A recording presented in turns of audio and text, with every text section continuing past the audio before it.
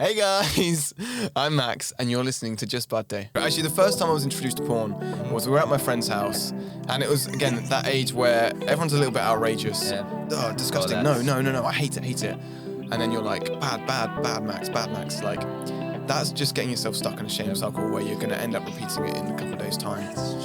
I was just very, very kind of almost surprised you'd get to like, I don't know, week 4 of not watching it, and you're like, oh my days, what's going on? Like, this is crazy. And you get to like 6 months and you're like, you're just buzzing.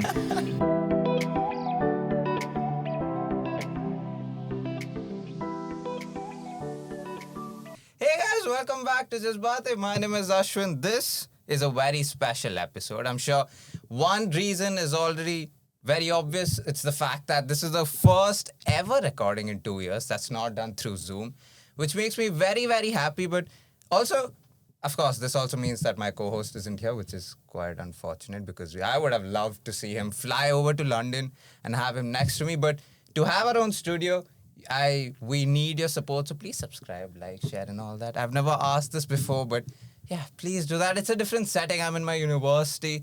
I'm in the podcast booth of my university. But yes, talking about why our episode is special is because we're going to talk to someone very special about something that you already know. You have seen the title. That's why I've clicked on our video.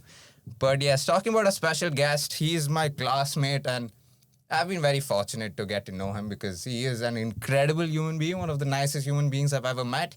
He's opinionated, he speaks his mind, he's very honest, but he also has one of the kindest of hearts. Max, thank you so much for joining us. So nice.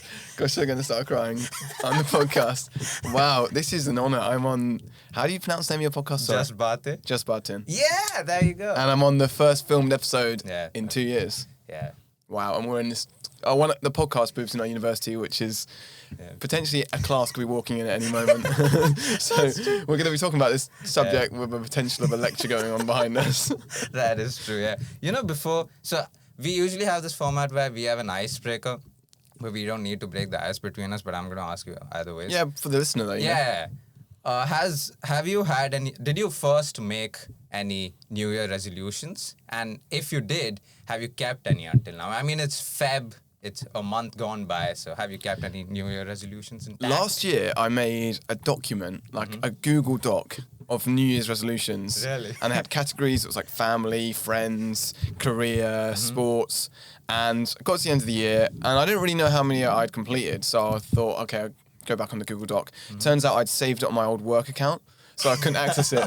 So I got no idea whether I completed any of my New Year's resolutions from 2022. So I thought this year I scrap it. But I do have a word for the year. So I've started doing this. My friends do it. It's a little bit cheesy, but it's quite useful, where you just kind of say, what's like the word for the year that I'm kind of going after. Right. So some of my friends is like, I don't know, security or boldness. So mine is confidence this year. Trying to be more of a confident person in my own ideas. But I'm glad you said I'm opinionated and speak my mind. Yeah, because you do. Usually I am not known for that, so I'm glad that's Really? that's translating now. I mean, to be fair, you've been living up to the word confidence because he's someone who was scared of playing football. Now he's part of this football team. We play every Tuesday. So you've been living up to that word. Well, exactly. That sort of thing, like tackling your insecurities, blah, blah, blah. So that's my word. Yeah, well done, too. That's beautiful. Thank you. I hope the year continues and you live up to that word. I'll try. I'm just going to try. Now, talking about the topic itself, before we get into porn and everything, so when were you introduced to the idea of sex, and when did you first realize that sex is a thing that your parents and every adult in the world, to be fair at this point, even kids who are 16, 17, they get into this process called sex? It's worth mentioning from the off that I am someone who goes to church, someone who follows Jesus, someone who is a Christian. So sex is probably, in my mind, or at least in my perspective, different to maybe, friends of mine. But probably, I remember, in sort of year 6, year 7, people would say words that I didn't quite understand. Like, I remember the first time someone said the word masturbate, and I was like, I remember thinking, I've got no idea what that is. Because I was a really late bloomer, so I hadn't hit puberty till a lot later down the line. And someone said that they masturbate, or I think someone said that, which is a strange conversation, but that's what boys talk about, I guess, that age. True, yeah. And I remember thinking, like, I don't know what that is.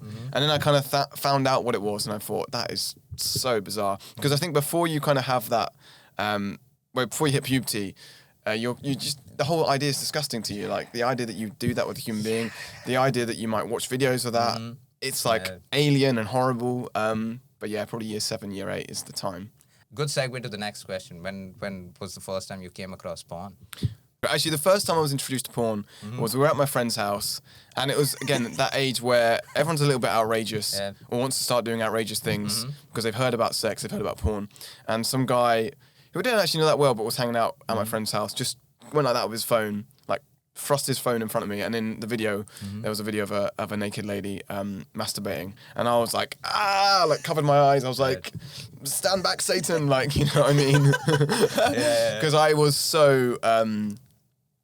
I was just like that. I don't want to see anything like that. And I remember saying to my cousin once, we would chat late at night about, you know, girls and whatever, as you do at that age. And I was like, have you heard about this thing called porn? Like, I'm never going to watch porn. It's disgusting. Like, it sounds horrible. Yeah. And he was like, no, why would you ever want to do that?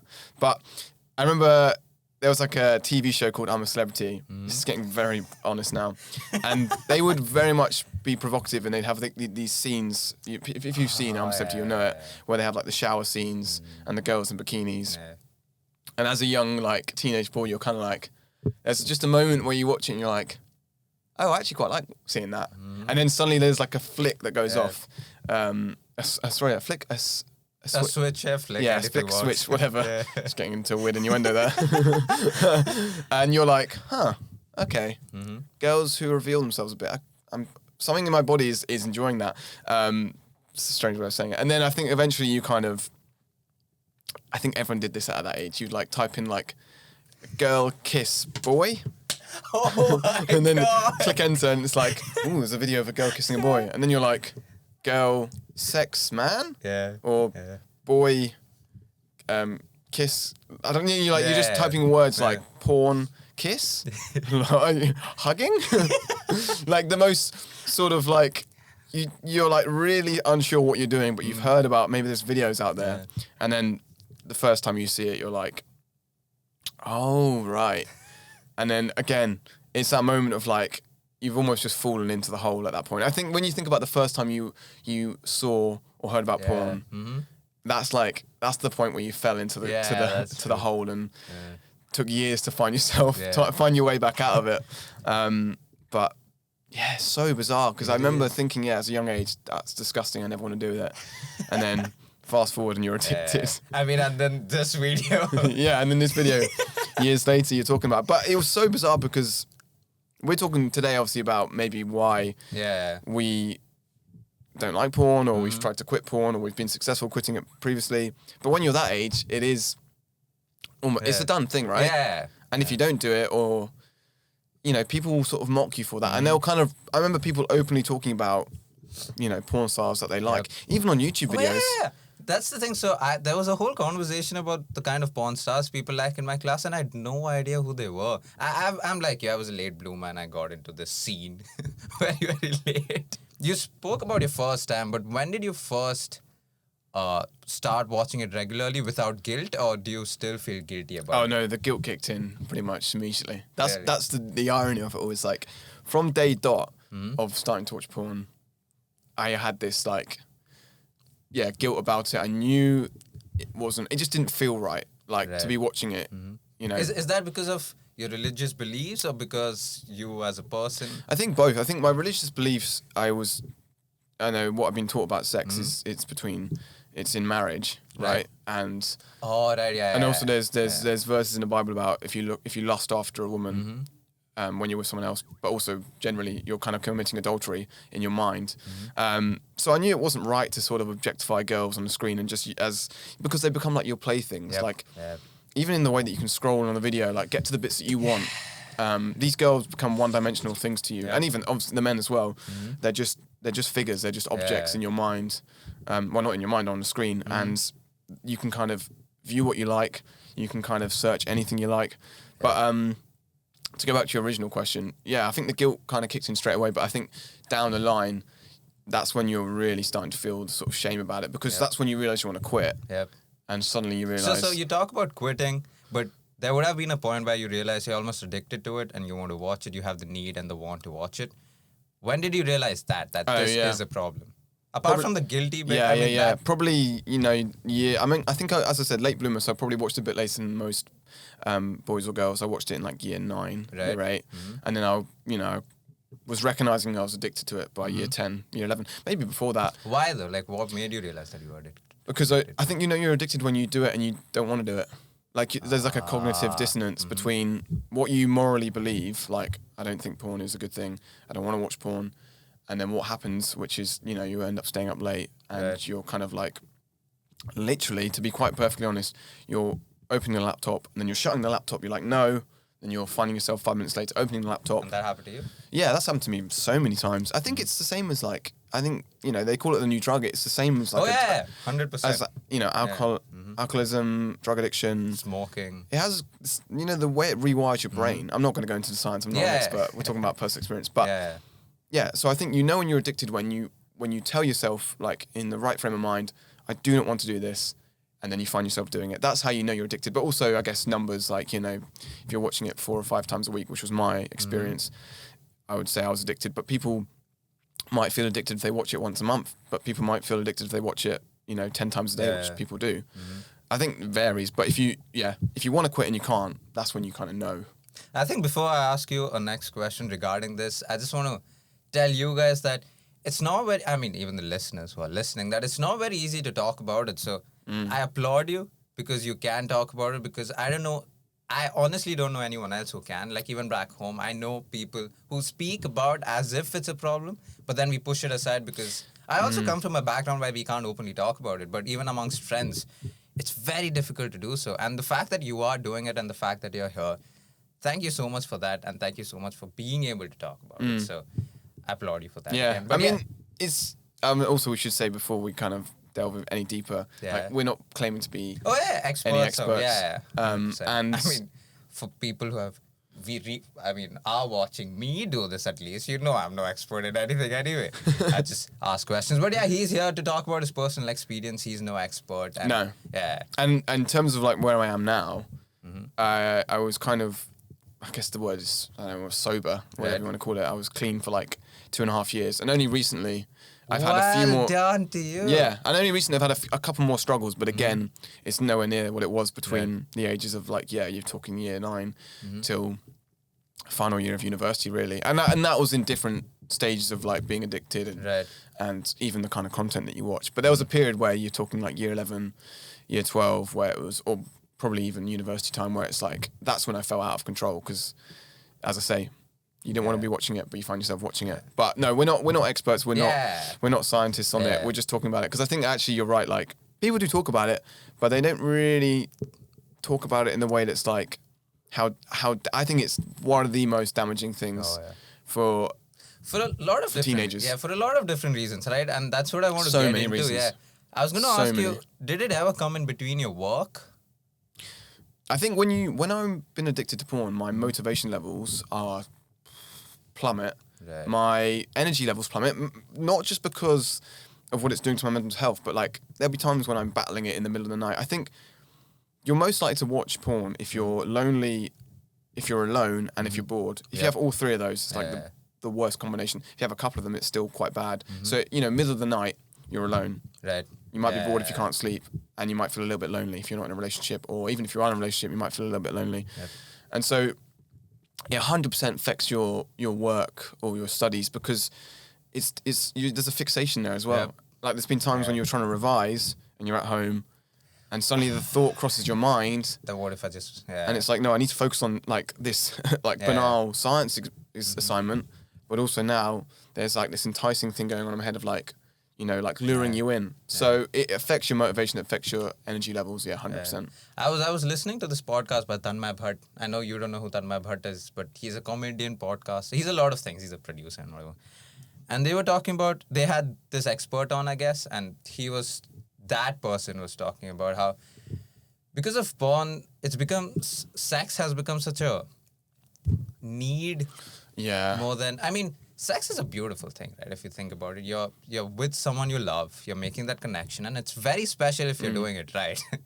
But because of porn, the idea of sex becomes almost violent in a sense. I think it just makes sex like a commodity, because like I said, sex isn't. I mean, as a Christian as well, I think people often think Christians don't like sex, but we believe God created sex, and there's a reason for it, and it's like in a relationship. But watching porn is like the best comparison I think is like someone will say it's like a McDonald's burger where when you see the adverts, it looks like, well, that Big Mac looks incredible, like, and then you see it in person or you eat it and you're like, that's A, it looks terrible, and B, I feel rough.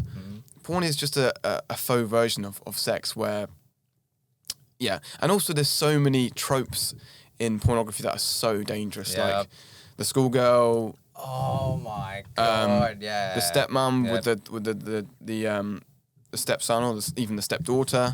The stepsisters. Your father. It's like any kind of dynamic where there could be a power exploitation, like teachers and students. You know, we're literally allowed to view content where, you know, and I know the performers are of age, but in our minds, there's a student girl and a male teacher. Yeah, if we saw that in the news, we'd be horrified. But obviously, when they play it out in this kind of role play, sexual role play, we're kind of enticed by it.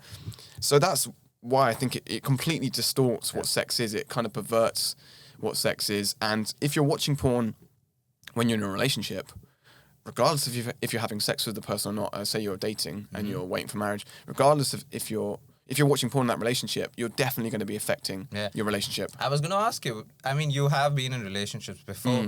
Was this a time when you were addicted to porn? And if so, how was that? Like, did it affect your relationship?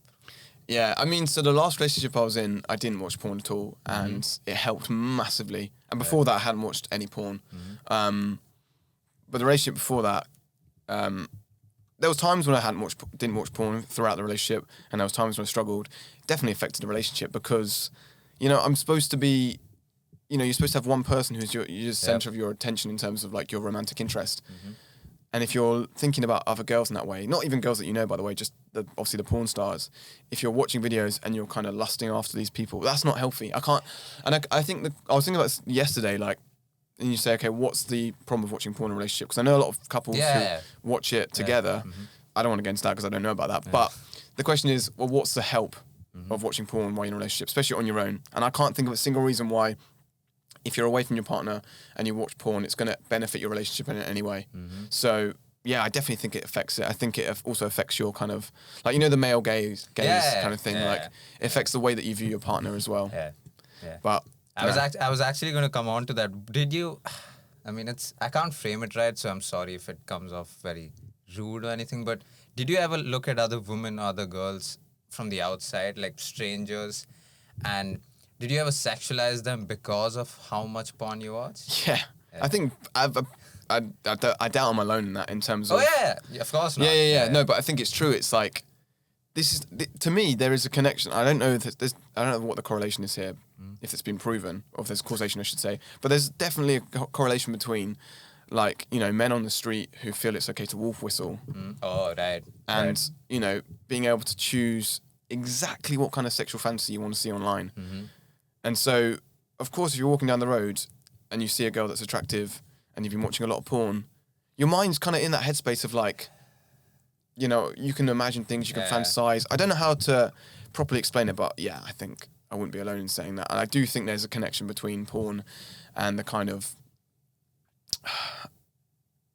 the perversion, I guess, in our society, generally speaking. I don't want to say there's a causation between if you watch porn, you're more likely to be a sexual criminal, because that's obviously not true. Of course not. But, I was also speaking to another friend of mine related to this long time ago, and we were talking about porn addiction because the topic just came up, and he was talking about how he's not addicted to porn per se, he's just addicted to the feeling of orgasm. And so there were times where he wouldn't watch porn but just think about it, just think about random scenarios and have an orgasm. I think you're training your mind to desire it. It's as simple as I said with the drug and the alcohol addiction. Right. Does someone who wants a drink actually want a drink, or has their brain been trained to want a drink? Fair. So there was times when you're like, oh, I feel more like aroused, I suppose, to watch porn and more tempted, and there's certain situations. But generally speaking, I think you've just trained your brain to seek it out. There's been times when I used to watch it and I'd be thinking, I don't even really, like, I don't want to watch it, but it's almost like usually during this time of the day or whatever, I find myself watching it. So I guess I'll just find myself watching it. It's such a weird, like, routine and habit that you find yourself, like, wondering, even in the moment, like, I don't want to be doing this, but I'm still here. It's such a cognitive dissonance. It feels like I always find there's like two sides of my brain like having a fight, like the angel on my left and the devil on my right, being like, you got to stop doing this. Like in a few minutes' time or in an hour's time, you're going to feel awful for even engaging in this. And then there's the other side that says, oh, just go for it. Like whatever, you know, enjoy the pleasure of it all. So there obviously is a reason why you end up watching it. And I think people know why, but that is why it's so damaging, because it never satisfies you. You know, it's not, you're chasing a high that you're ultimately just going to be crashing to the floor. 100%. Yeah, I agree with that. And, you know, so I have one last question about the indulgence per se. The indulgence. Was there a trigger during the day that would make you want to watch it? Like, I mean, there is, of course, you being bored and you having nothing to do. And then there's another factor where you have the need to watch it because, like you said, you wired your brain in that way. But was there, I mean, for example, if you watched a video, watched a movie, or watched an actress, for example, would you suddenly have the need to watch it?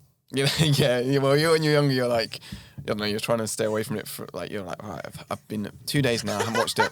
And then you like stick on the movie and you're like, major sex scene. And suddenly like, there's like this snowball effect going on in your head of like, it's tumbling down and getting bigger and bigger. I think one of the factors is always like feeling a little bit low. And you kind of use it as again, to try and cheer you up or Did it ever to give you some satisfaction. No, it doesn't work, does it? Yeah, it's such a, again, the McDonald's burger. Like you fancy takeaway and then you have the takeaway and you don't feel great because that's not what your body wanted. Except you still want it though. You still want another burger, another day. Yeah, because you're like, there was that moment where it felt amazing. And then it was very, again, the fleeting feeling, the fleeting feelings of pornography. But that is pretty much it. Is like, in the moment, you're like, oh, maybe this will cheer me up. It'll stimulate me. It'll bring me pleasure. But it's like such a lie. That is true. Now, I mean, you are here. You're talking about this. We're making a whole episode, out of this.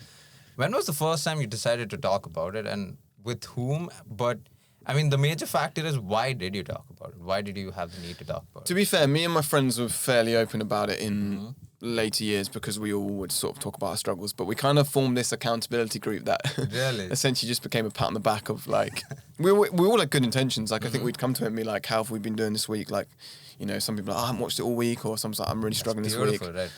But it almost became twisted a little bit because you'd sometimes think, well, I know so-and-so's struggling as well, so, oh well, at least I know I'm not alone. It's not like always the best form of accountability because you're not actually really feeling like you're going somewhere and challenging each other because you're all just kind of struggling together. I guess it's a bit like AA, but there's no neutral person to kind of help you through it. So I would talk about it a lot then, and then when I kind of really found freedom from it, like as I said a couple of years ago, only recently there's been a few more struggles, but not in the same way. So when I found freedom, I was like, right, I really need to talk about this more with people because I feel so passionately about feeling, the feeling of being addicted to the feeling of now being free from it, right? And how much it kind of changed my mental health and my motivation, my kind of drive, the way I approach relationships, not just romantic relationships, but approach relationships with friends. So I get really passionate when I kind of, when I'm reminded of the feeling of the freedom of it all. And I think it's just, again, it's the same when you see someone who's been addicted to something. They come out of it and it's almost like they want to evangelize because they're like, you need to experience the benefits of this. And there's so many videos I've watched as well talking about the psychological impacts. Also we touched on it a little bit later maybe, but like the industry itself and how destructive it is. Because we're talking a lot about our own selves and the impact on on our own bodies and our minds. But obviously there's a whole other factor to it, which is the abuse and the trafficking, etc., etc. But yeah, I feel fairly comfortable talking about it. I mean, today it's a little bit like I'm getting into quite a lot of detail, so it feels a bit more like, and you know, I don't know who's going to watch this. And my grandma's going to find, oh, it's nice to see. Oh gosh, like you know, I won't be sending this round to my family, but equally, I don't really care. I've told my parents about it before. Yeah, I was going to ask you, have you talked to your parents about this before? Well, like a few, probably like a year ago now, my mum was like, my mum's a teacher and she was talking about, oh, you know, there's an issue at school, like all these boys, they watch porn. I'm like, she was like, did you ever like sort of like hear about porn or what? Almost like she didn't expect me to say, you know, did you ever sort of know about porn? I was like, well, yeah, I was addicted. And she was like, were you?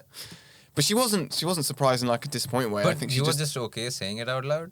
Yeah, because at that point I just thought, you know, It's the right time. It's been and gone now in that way. Like I've had that period of being a teenager, and also, you know, I don't feel any deep shame about it now. Like I think you got to talk about these things because otherwise you're gonna feel alone in it. That's the thing, right? It's very different to being a drug addict or addicted to alcohol, because in a sense that, I mean, I don't want to say this, but a third person might, I mean, if you tell a third person that you're addicted to porn, they might just think you're a pervert, and they might think that you're up to no good, or, I mean, you see the world the way you see porn, and weren't you scared about all those judgments coming out?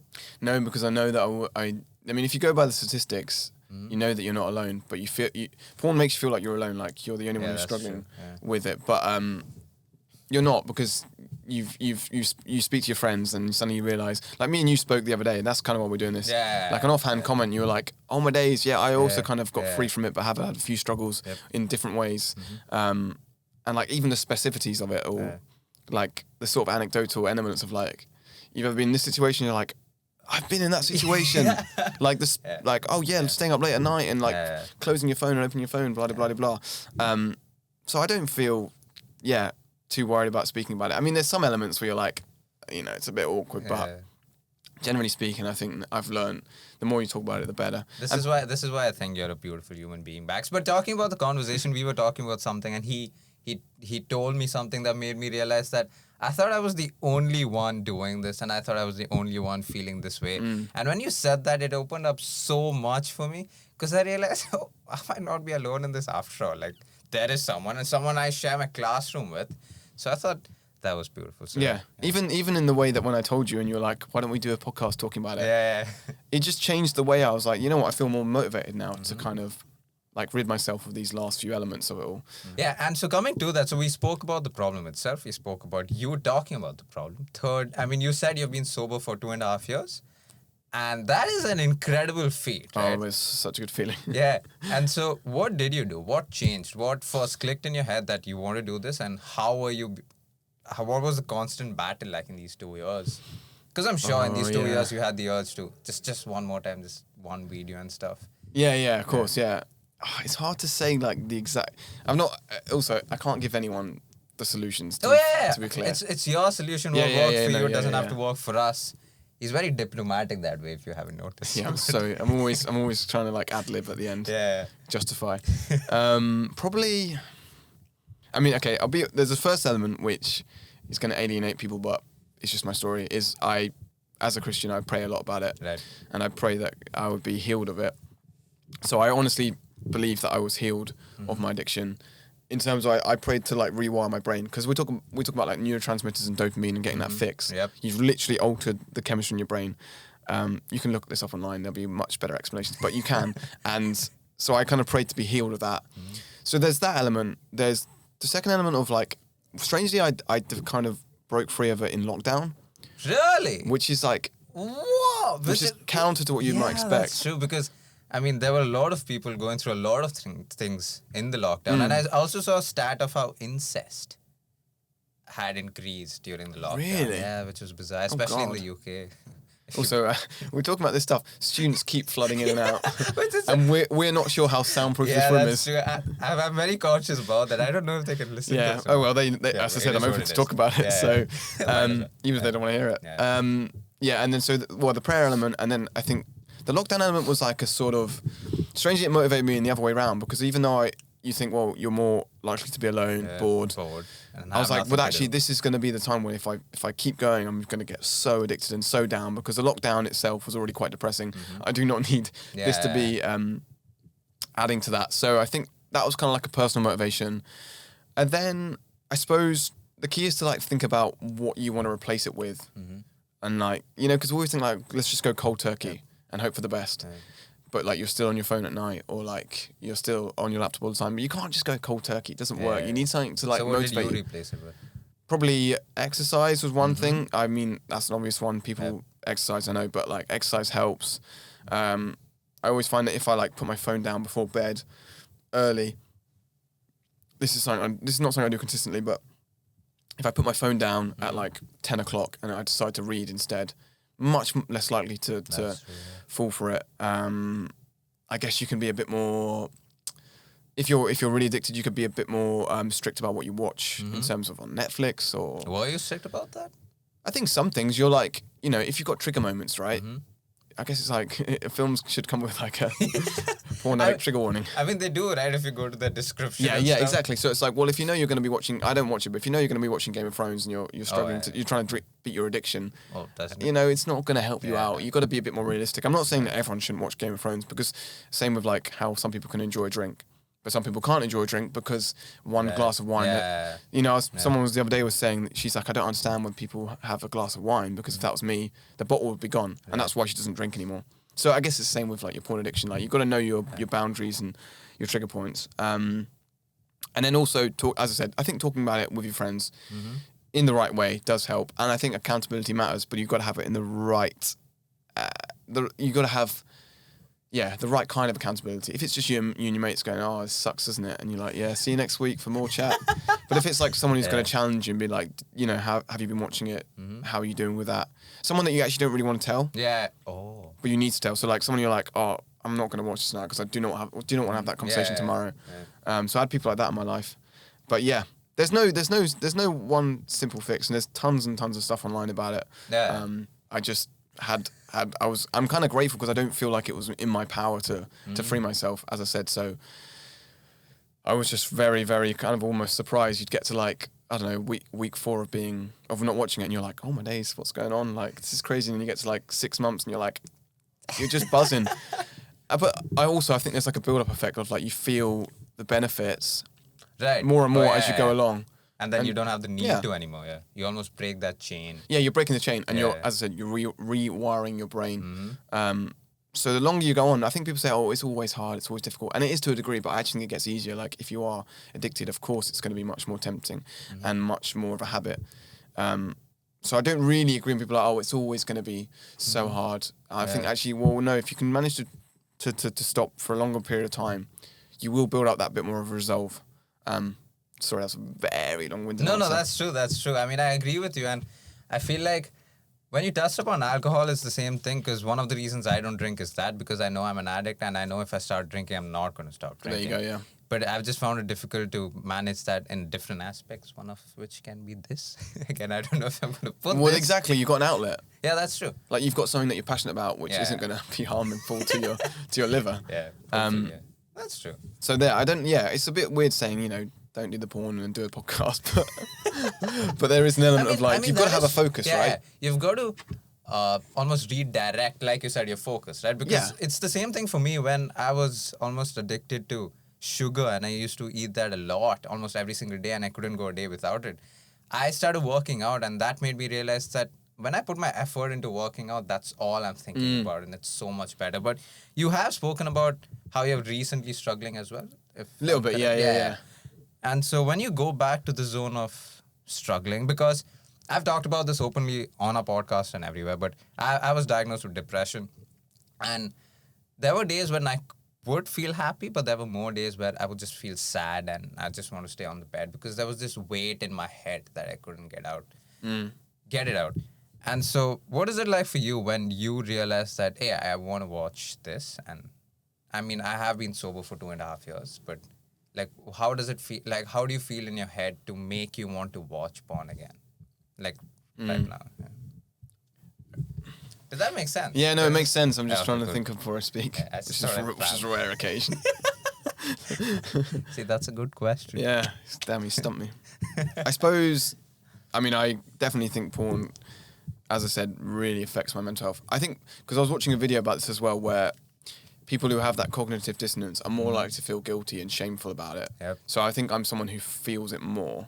Like, some people can watch it and they can almost like compartmentalize it in their minds, and it's not a huge issue for them in the same way that it is for me. So it definitely compounds like the feelings of like shame and like, oh, I'm such an awful person, like I shouldn't be doing this. And then it as I said earlier, it kind of knocks your motivation a little bit. But I think I'm in a space now where I've had a few struggles recently, but not to the same extent at all. Are you scared about going back there? Not really, because I think actually I was a little bit when it sort of started creeping in again, and I don't really know where it came in, and like kind of just like fell for it. I don't know what it was. Maybe it was like tiredness or something, but because I've had that kind of like period of like being completely free of it, I'm like, I believe that can happen again, and I don't feel as trapped. And also, one thing to say as well is, and again, this is mainly for a particular few people perhaps, but like the shame cycles that you get into are not healthy. So if you're finding yourself watching porn and then you're like, I'm never going to watch it again straight after, like, I'm not, disgusting, no, I hate it.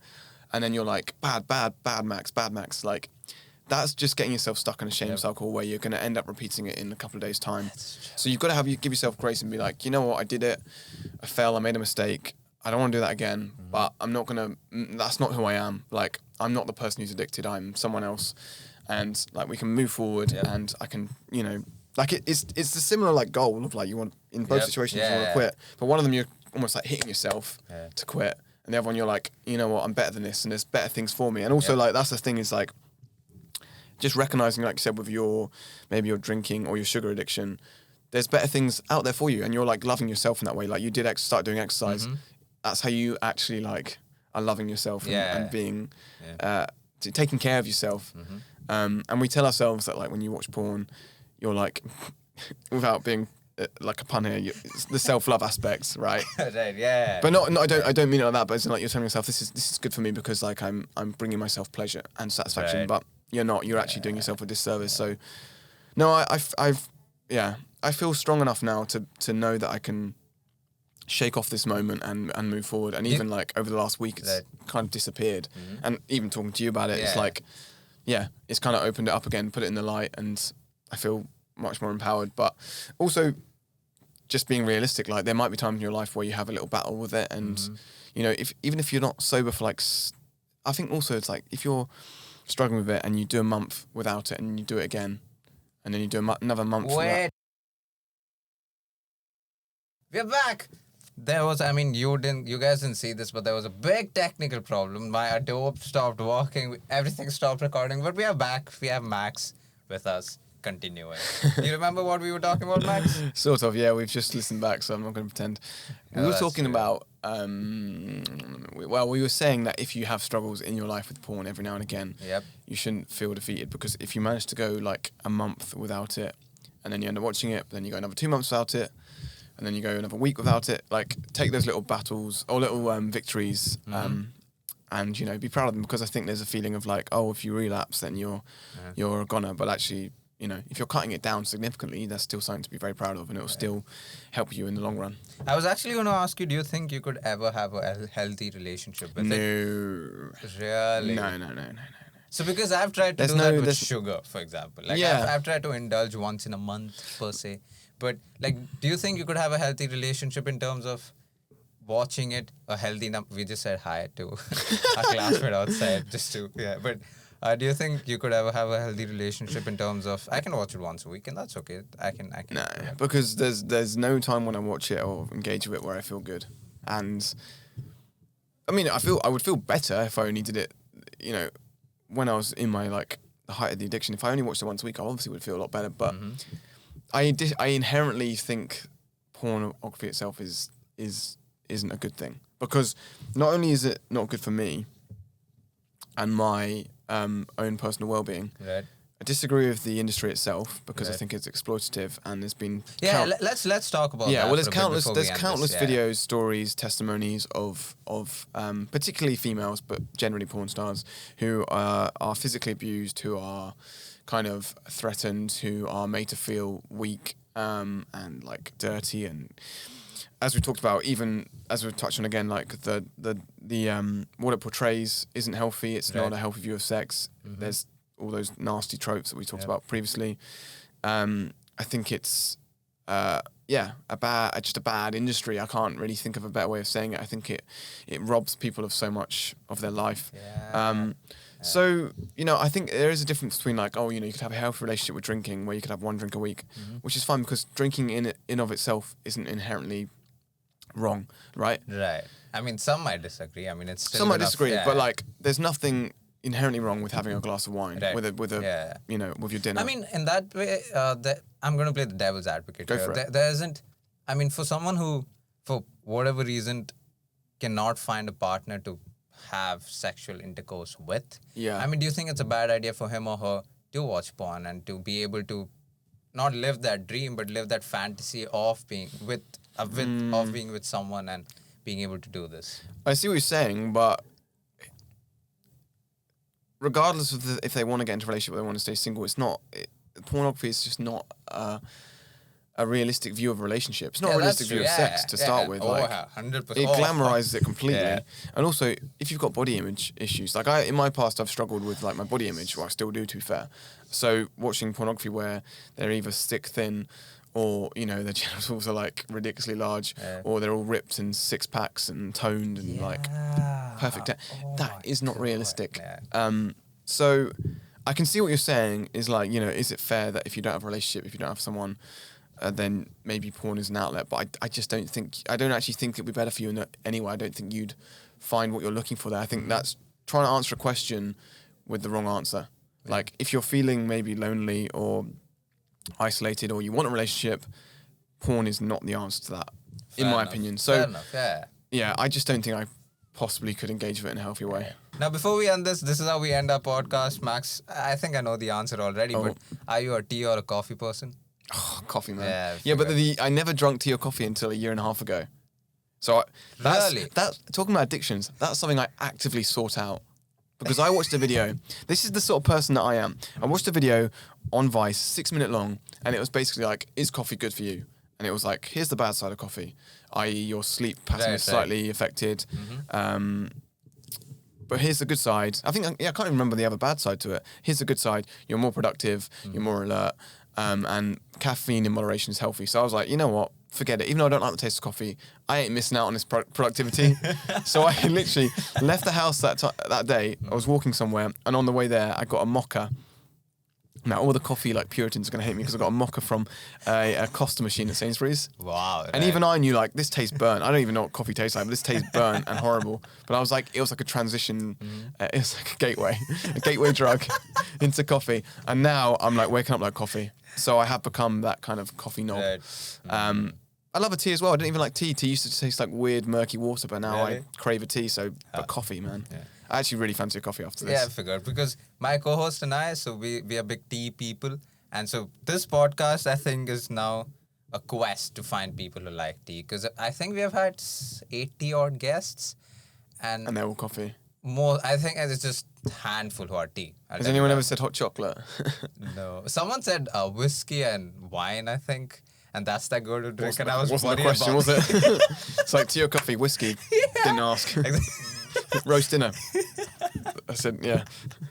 But yeah, Max, thank you so much for giving so much of your time going through. Right. First of all, he waited until I set all of this up, and then we had this technical difficulty, and then he waited through that, and now he's here again. So yeah, Max, but Max, thank you so much for, first of all, giving all this time, but also talking about it, because it's important to talk about it, and being able to do that is very courageous. So well done. Thank you. It's beautiful. So yeah, like, share, and subscribe, all the good stuff. The same thing, like I always tell you guys. We'll put out his Instagram in the description below if he's okay with it, and if you want to check him out, he's pretty cool. He's really, really cool. Oh, thank you. Well, I have to say thank you for having me on, and also I could now big you up, but I feel like I'd just be.